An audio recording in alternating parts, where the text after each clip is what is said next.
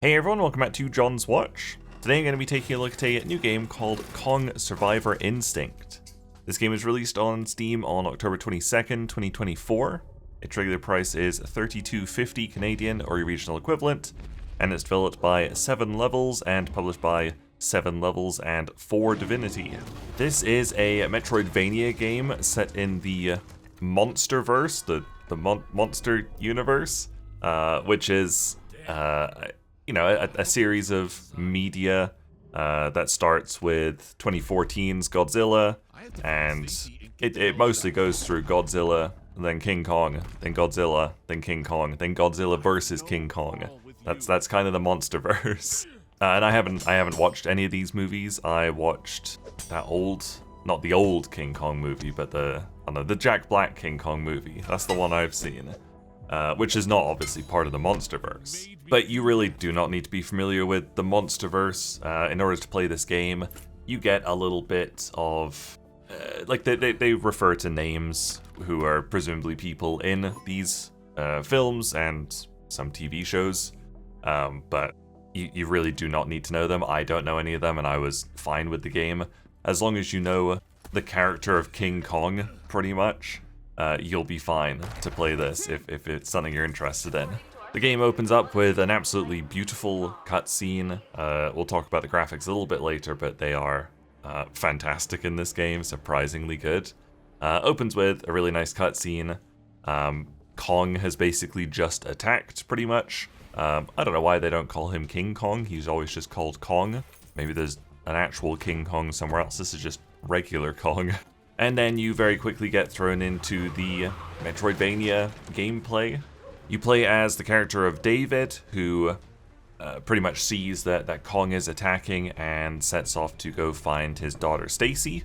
Very early on, he finds this piece of technology. It's just kind of a tablet that gives him a bunch of information on the titans that they're called, the big monsters, because there is more than just Kong.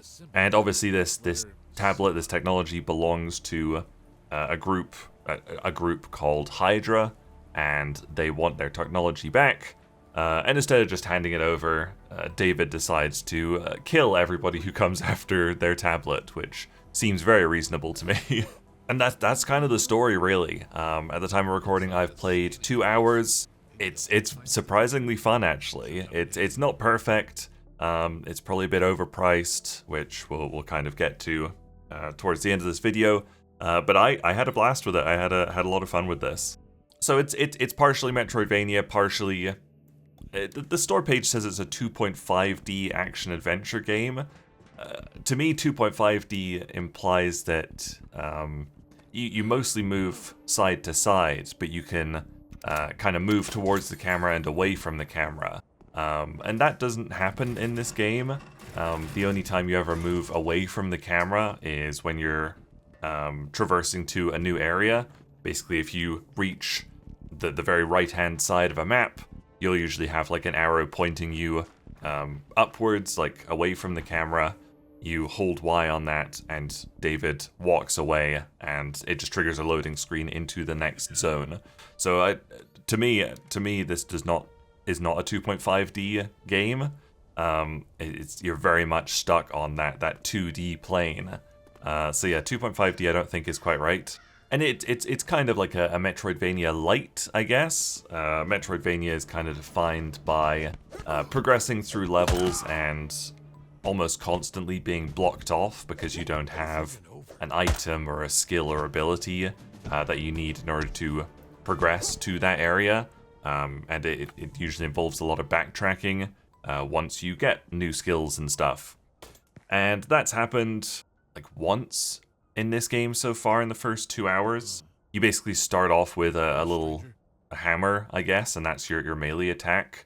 And then later on you find a sledgehammer. And basically if you press X, you do a regular attack with your little hammer. If you hold X, you can charge up your sledgehammer and do a big heavy attack.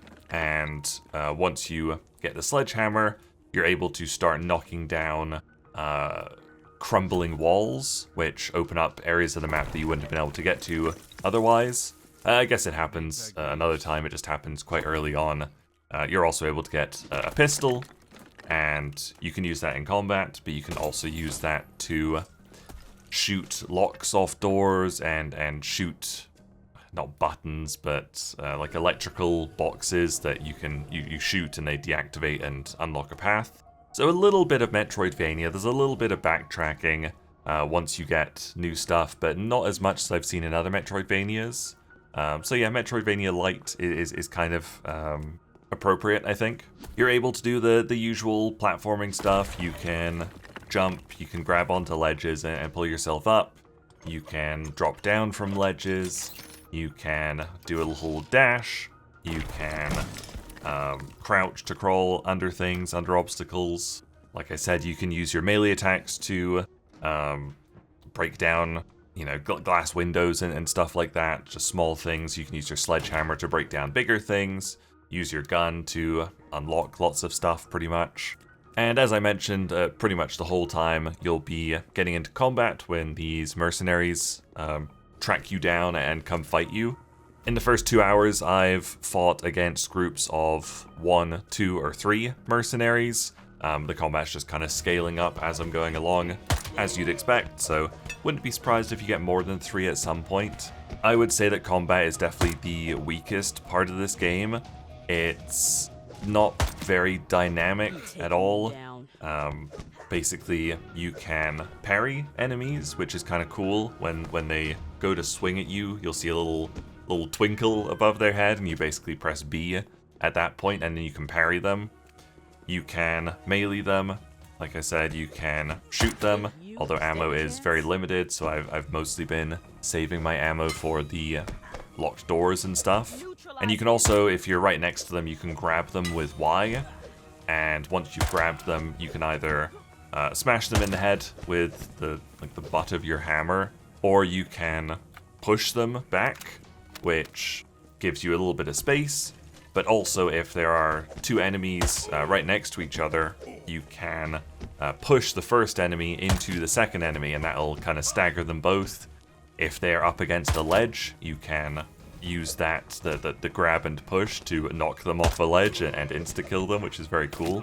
I think a pretty typical combat encounter is the enemy in front will be a melee guy. Later in the game, they have a shield, which you can break by shoving them or kicking them, or just heavy attacking with your sledgehammer. And then right behind them will usually be a guy with a pistol, and occasionally the guy in front will crouch down, and the guy with a pistol will shoot you.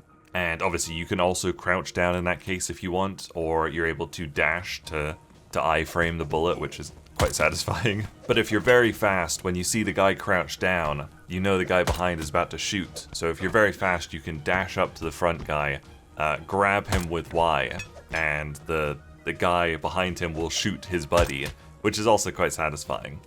And the combat actually sounds quite dynamic when I'm explaining it like this, but I guess it is dynamic, it's just not satisfying at all. Every combat encounter feels very the same.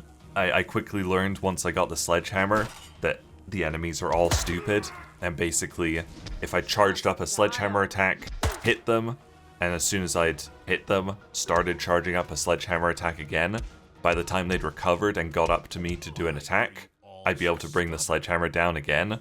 So pretty every one-on-one encounter, I was able to just sledgehammer, sledgehammer, sledgehammer, dead. And even some of the group encounters, I was still able to do this. So yeah, the combat's, it's not great. I never felt excited when I saw enemies appear on the side of the screen, because it's just not great. You start with 4 chunks of life, I guess. I believe you find like med packs throughout the game. And you can hold a certain amount of them, and you can press right bumper to use them. And I assumed for most of the game that a med pack just healed 2 chunks of life. But I swear today I noticed when I was playing that using a med pack healed all of my bars of life. So I think I've been playing that wrong. It never explained how much it heals. It doesn't explain some things like that. So yeah, I do believe it heals you fully. You're also able to find, I think they're just like water bottles. I don't know, they've got like, they're water bottles with a heart on them. Fairly hidden items, and when you drink 2 of these, you get another chunk of life. So if you just find one, you've got half a chunk of life, and it's just kind of useless because you can't actually use it. But then if you find another water bottle, you can have another chunk of life, and I think I'm up to 6 bits of life after 2 hours. You can also increase the ammo capacity of your pistol by similarly just finding other key items. I think you only need 1 of those key items to get another round in your pistol. The key part of the game is obviously the Titans.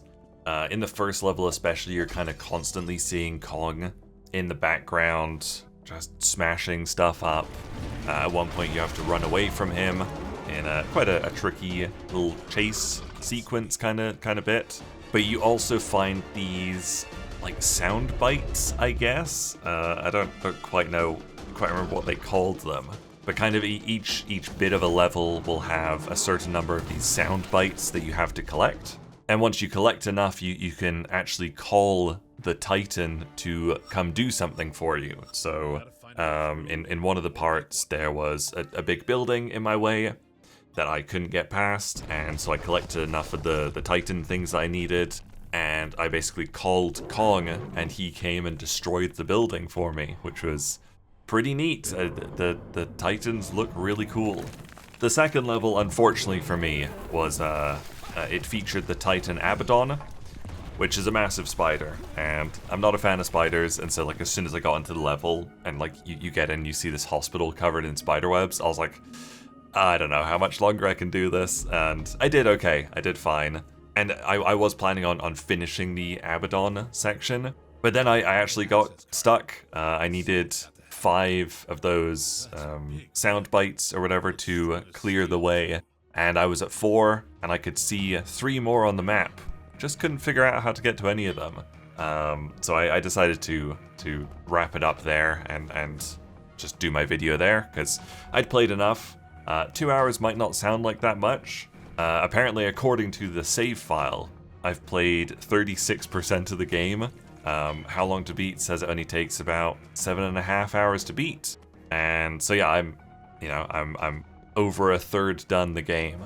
And that's why I say it's probably overpriced. The graphics, like, it looks so good, it looks so high quality. The opening cutscene is shockingly good. And then I was like, oh, this isn't gonna hold up.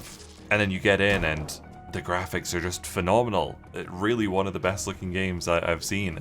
It really does look so good. And I think that increases the price a little bit, but for what it is, like a fairly standard, apart from the Titans part, Metroidvania, quite short, definitely pretty overpriced. I think if you can get this at like 50% off, that's probably a pretty good deal. It's it's definitely worth like close to like 20 Canadian, I'd say. Just 32.50 or whatever is just a bit much. It's got okay graphics options, I guess. You can change the quality of the textures and shadows, which is good. You can also change the reflections, which is probably going to be one of the more draining parts of the game, graphics-wise. And thank God you can disable depth of field, chromatic aberration, motion blur. They've all got individual sliders, and you can disable them all. Fantastic. Thank you for actual graphics settings. They're great. I think I'm pretty sure I had everything on high, and I was at about 140 FPS the whole time. Runs really, really well. It's it's a 2D side-scroller Metroidvania. Really shouldn't be very taxing, but it looks really good, and it's it runs really well as well. So that was a nice surprise. So overall, final thoughts. I think it's really fun actually. It's a little basic maybe, but that doesn't mean it's not fun. But I do think it's a little bit overpriced, so if it looks interesting, I would probably wait for a little bit of a sale on it. I think if it wasn't so late in the year and I didn't have so many other games I need to play, I would probably finish this. I don't know if I'll get around to it, even though it's only another probably 4 hours or so. I'll leave it installed. We'll see. I might get back to it. But I've just got so many games to play right now. It's rough. There you go, that was a look at Kong Survivor Instinct. Thank you guys very much for watching. Make sure you leave a like and subscribe if you enjoyed this video, and I'll see you guys later. Bye!